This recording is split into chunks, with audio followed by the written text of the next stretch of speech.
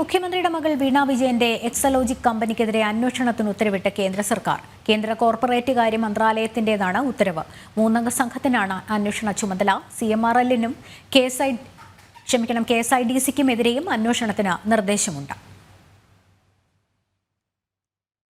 മാസപ്പടി വിവാദത്തിലെ ആദായനികുതി ബോർഡിന്റെ കണ്ടെത്തലിന്റെ കൂടി അടിസ്ഥാനത്തിലാണ് അന്വേഷണത്തിന് ഉത്തരവായത്. കരിമണൽ കമ്പനിയായ CMRLനെതിരെയും പൊതുമേഖലാ സ്ഥാപനമായ വ്യവസായ വികസന കോർപ്പറേഷനെതിരെയും അന്വേഷണമുണ്ട്. എക്സലോജിക് കമ്പനി നിരവധി നിയമലംഘനങ്ങൾ നടത്തിയെന്ന് ഉത്തരവിൽ പറയുന്നു. രജിസ്ട്രാർ ഓഫ് കമ്പനീസ് ബാംഗ്ലൂരു നടത്തിയ പ്രാഥമിക അന്വേഷണത്തിൽ ഇത് വ്യക്തമായതോടെയാണ് വിശദമായ അന്വേഷണത്തിന് ഉത്തരവായത്. 3 സ്ഥാപനങ്ങളുടെയും മുഴുവൻ ഇടപാടുകളും വിശദമായി അന്വേഷിക്കാൻ ഉത്തരവിൽ നിർദ്ദേശിച്ചിട്ടുണ്ട്. Karnataka deputy registrar of companies Varun BS, Chennai deputy director KM Sankaranarayanan, Pondicherry ROCA Gokulnath എന്നിവർക്കാണ് അന്വേഷണ ചുമതല. കേന്ദ്ര കമ്പനികാര്യ മന്ത്രാലയത്തിന്റെ ജോയിന്റ് ഡയറക്ടറാണ് ഉത്തരവിറക്കിയത്.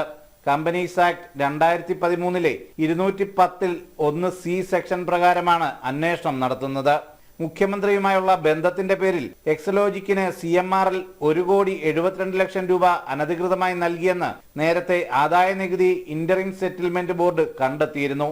ചെയ്യാത്ത സേവനത്തിനാണ് എക്സലോജിക് ഈ പണം കൈപ്പറ്റിയതെന്നതായിരുന്നു കണ്ടെത്തൽ. അന്വേഷണത്തിൽ ഗുരുതരമായ ക്രമക്കേടുകൾ കണ്ടെത്തിയാൽ സീരീസ് ഫ്രോഡ് ഇൻവെസ്റ്റിഗേഷൻ ഓഫീസ് അന്വേഷണം ഏറ്റെടുക്കും. ജനം, കൊച്ചി.